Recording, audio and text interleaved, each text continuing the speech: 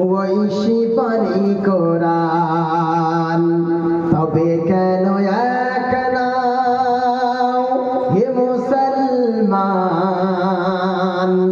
এক হও করিয়া আহ্বান, আমাদের প্রভু এক নবীর উম্মত, জীবন বিধান ঐশী বাণী কোরআন, তবে কেন এক নাও হে মুসলমান, এক হও করি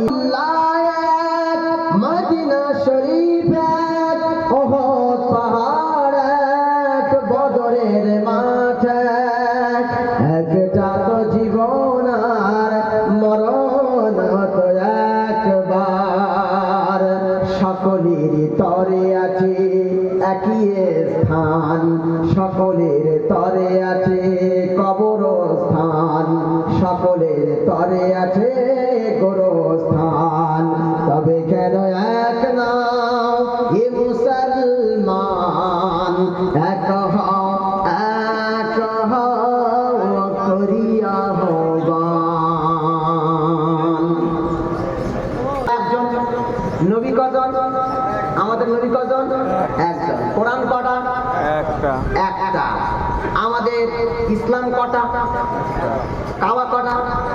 মদিনা কটা? মক্কা কটা? তায়েফ কটা?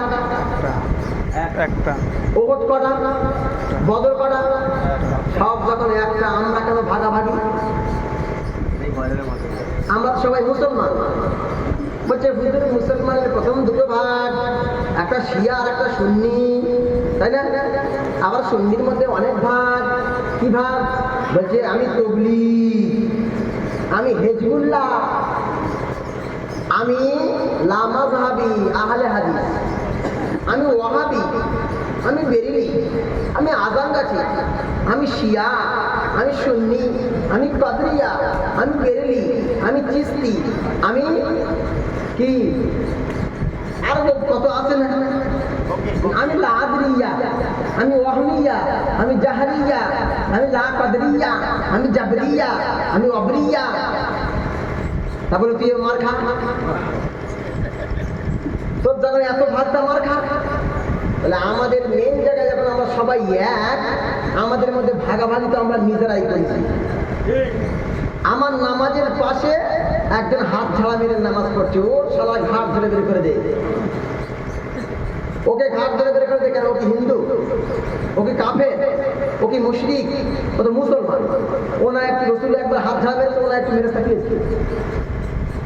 আগে জানতে হবে হাত ঝাড়া মারা কি, হাত বুকে বাঁধা কি, নাভির নিচে বাঁধা কি, জোরে আমিন বলা কি, আস্তে আমিন বলা কি, এগুলো সব সুন্নাত।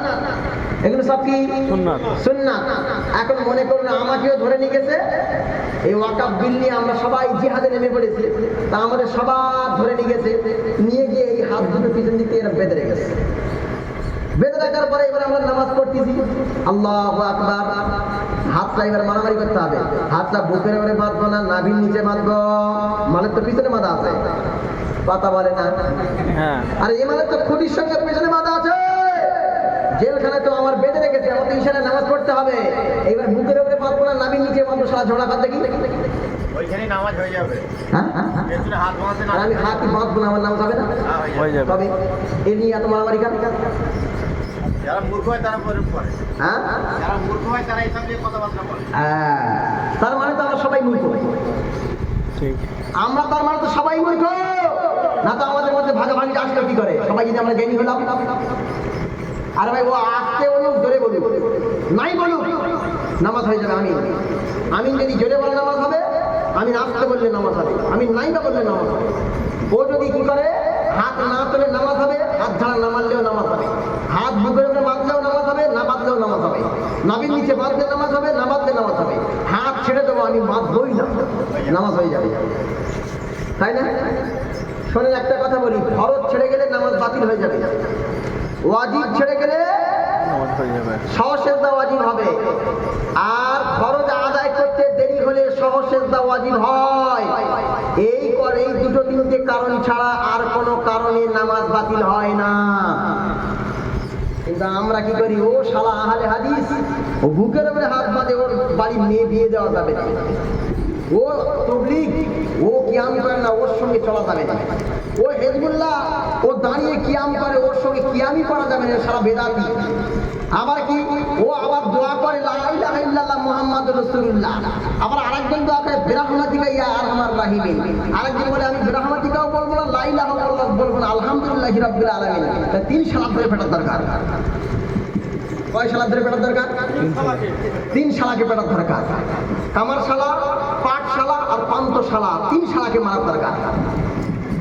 সম্মানিত ভাইরা আমার, এই যখন ওয়াকফ বোর্ডের বিল যখন পাশ হওয়া নিয়ে ঘোষণা হয়ে গেল, আমাদের কলকাতার রানী রাসমণিতে অনেক শয়তান নামক নেতাগুলো মিটিং করার জন্য এসেছিল।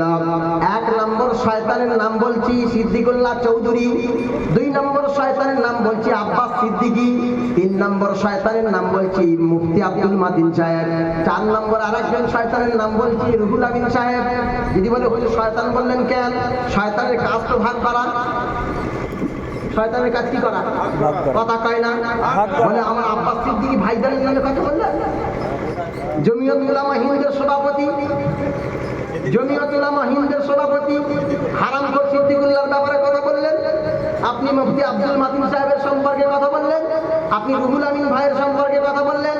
আর তোমার যদি অত বড় গুণু নেতা হলো, মানে ওয়াকফ বোর্ডের বিল সম্পর্কে যখন অ্যামেন্ডমেন্ট বিল হচ্ছে, তখন সব নেতাগুলো একবার কেন ডাকতে পারলো না? সবাই কেন আলাদা আলাদা মোস্তাই মারতে গেল? ঠিক বেতা।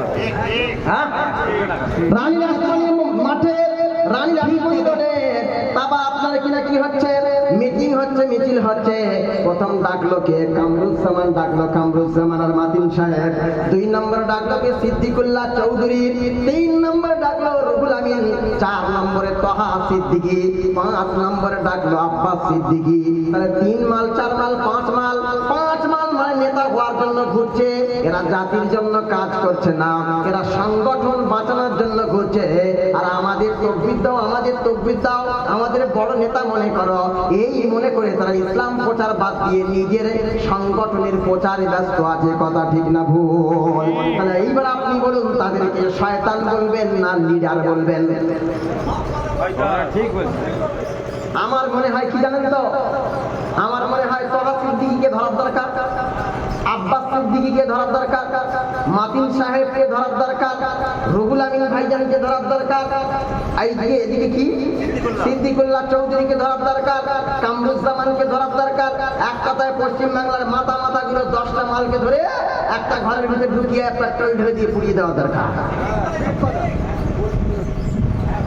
ঠিক। তবলিগ ভাইরা রেগে গেছে, আমার কেলা। কি বললাম? আমার কেলা। হিজবুল্লাহরা রেগে গেছে, আমার কেলা। তুমি ইসলামকে ভাঙবে, তুমি মুসলমানকে ভাঙবে, তুমি সংগঠন মারাবে। পৃথিবীর সবচাইতে বড় সংগঠনের নাম ইসলাম সংগঠন। এই সংগঠনকে ভেঙে তুমি আলাদা আলাদা সংগঠন বানাতে চাইবে, আর তুমি বড় নেতা মনে করছো? হ্যাঁ, পকেট ভর্তি করছে। আগে পিডিসিআই করতো, বলছে পিডিসিআই করলে হবে না, এখন টিএমসির গ্রন্থকার মন্ত্রী এক জায়গায় বসিয়ে দেবে, আর শুধু মাল আসবে, খাবো আর করবো। এইবার চিন্তা করুন, আপনার এই বিল পাশ হবে না তো কি হবে? আমার নেতাগুলো শয়তান, আর আমরা তো বড় শয়তান। তাদের ভিতরে সুবহানাল্লাহ, আল্লাহু আকবার, নারে তাকবীর। কিন্তু কেউ একবার বলতে পারলো না যে সব নেতা এক জায়গা হও। যদি আব্বাস সিদ্দিকী বলতো, মাতিন সাহেব এসো, সিদ্দিকুল্লাহ এসো, তহা সিদ্দিকী এসো, যদি আপনার কিনা সিদ্দিকুল্লাহ সাহেব বলতো, বাংলার যত নেতা নেত্রী আছে সবাই চলে এসো, বাংলার যত ইমাম সাহেব আছে একবারে সবাই ঝাঁপিয়ে পড়ো, আমরা সবাই একভাবে হয়ে আন্দোলনে ঝাঁপিয়ে পড়বো, তাহলে গোটা পশ্চিম বাংলা কেন, গোটা ভারতবর্ষের রোডগুলো অচল হয়ে যাবে। কথা ঠিক না ভুল? কিন্তু আমরা তো ডাকি না। আজকের তহা সিদ্দিকী ডাকে 19 তারিখে রানী রাসমণি মাঠে ওয়াকফ বিল নিয়ে আলোচনা হবে, ও শুয়ারের জবাই করে দে। ঠিক বলিনি? ঠিক। আরে ভাই বলতে আমি